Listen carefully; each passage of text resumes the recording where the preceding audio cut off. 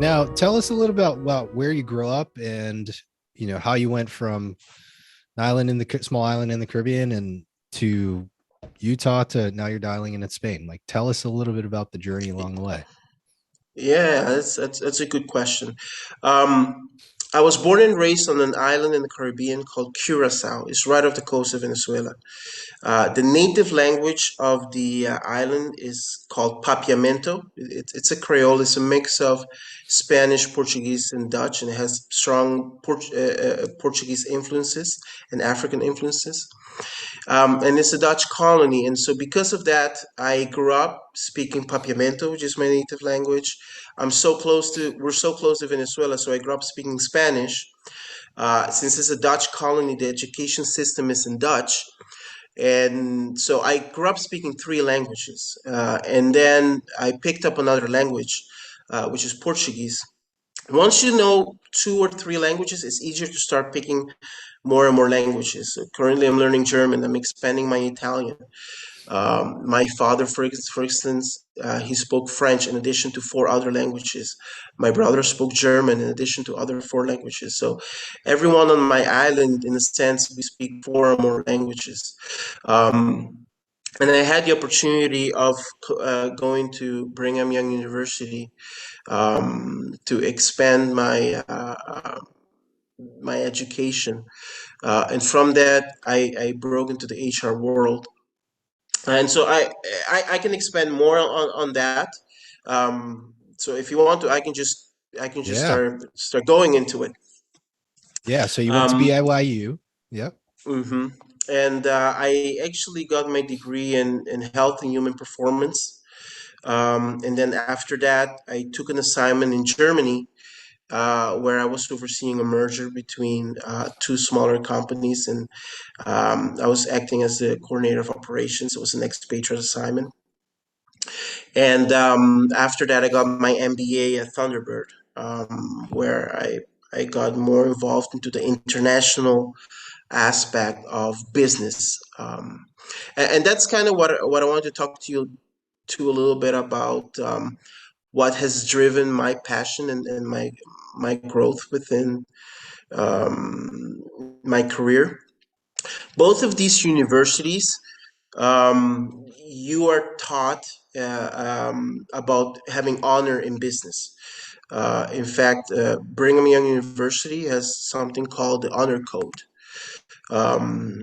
And basically, what the code is, it's a guideline um, to help you be a better and stronger and more ethical business professional.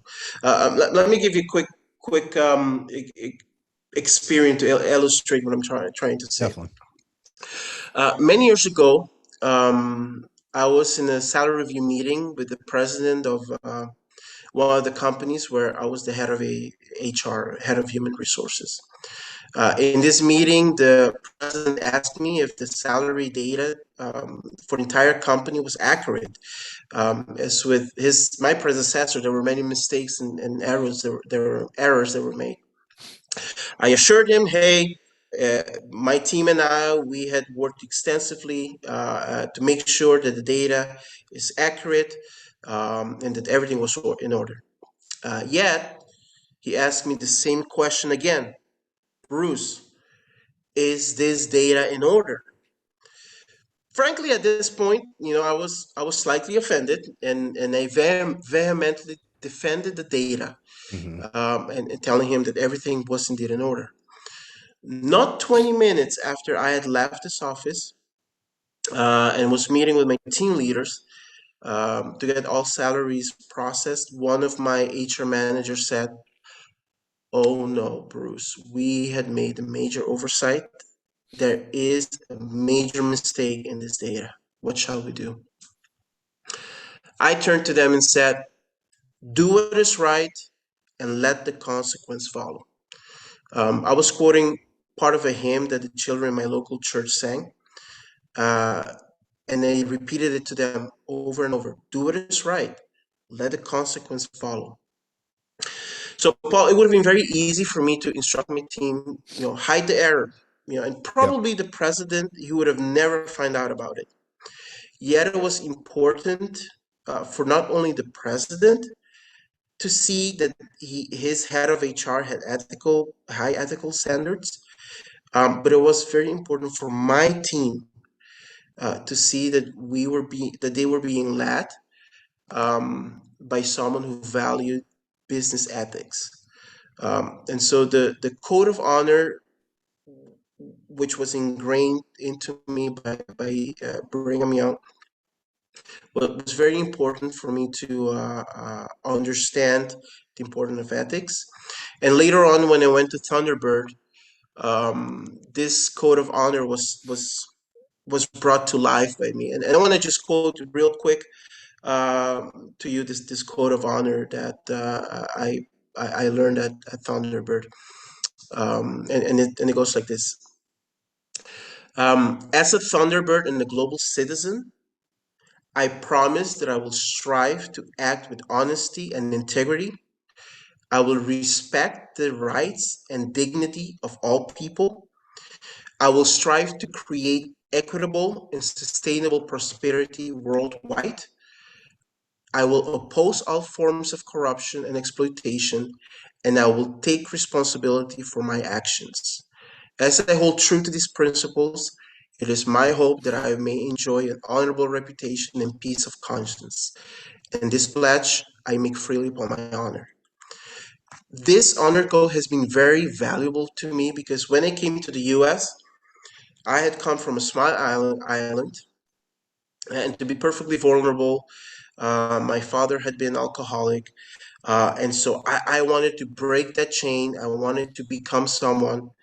I came to the US, I was cleaning toilets, and I was very ambitious.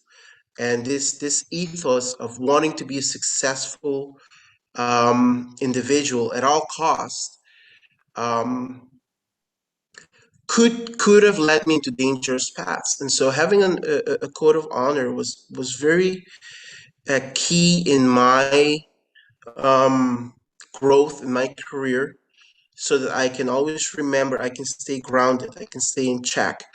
That no matter which direction I go, I will remain true to these principles of having an ethical um, behavior in business. And to finish the story with this president, did I get into trouble? Yeah, I got an earful um, for having the data not accurate. But at the same breath, the president praised me for being honest and being accountable. Um, and it frankly solidified um, my role as a leader within the company, and it did allow me to truly earn my seat at the executive board. And most importantly to me, the benefit of that experience was that my leaders that reported to me were able to see the importance of having a strong business ethics within our group.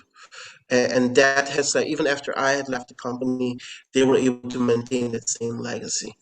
And so to me, it's very important, as we're um, being leaders of companies, that we can coach and teach our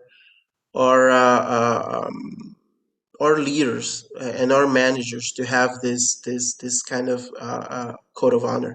And don't get me wrong, I'm not saying that I'm a perfect leader. I'm not saying that I don't make any mistakes. Trust me, I've made plenty of mistakes where I've even had to apologize to teammates and coworkers for poor decision making that I have made. So I'm not talking about that. What I'm talking about is to have a compass that every leader that I found, having some sort of a compass to guide you as you're making business, can help you so that when a dilemma were to show up that can compromise your integrity, you would have already made that decision as to how you would handle that situation. You don't have to sit and debate at that moment which direction should I go. Does that make sense? It does. So The two words that stick out in that honor code are equitable and sustainable, right? Those two words correct. alone, even if it was just one word, right? That's a big responsibility. Sustainable. How is everything that you Huge. do sustainable, right? So knowing that you're partnering with companies and that's in the forefront of your mind is how do you create equitable and sustainable behaviors or operations? Kudos to you.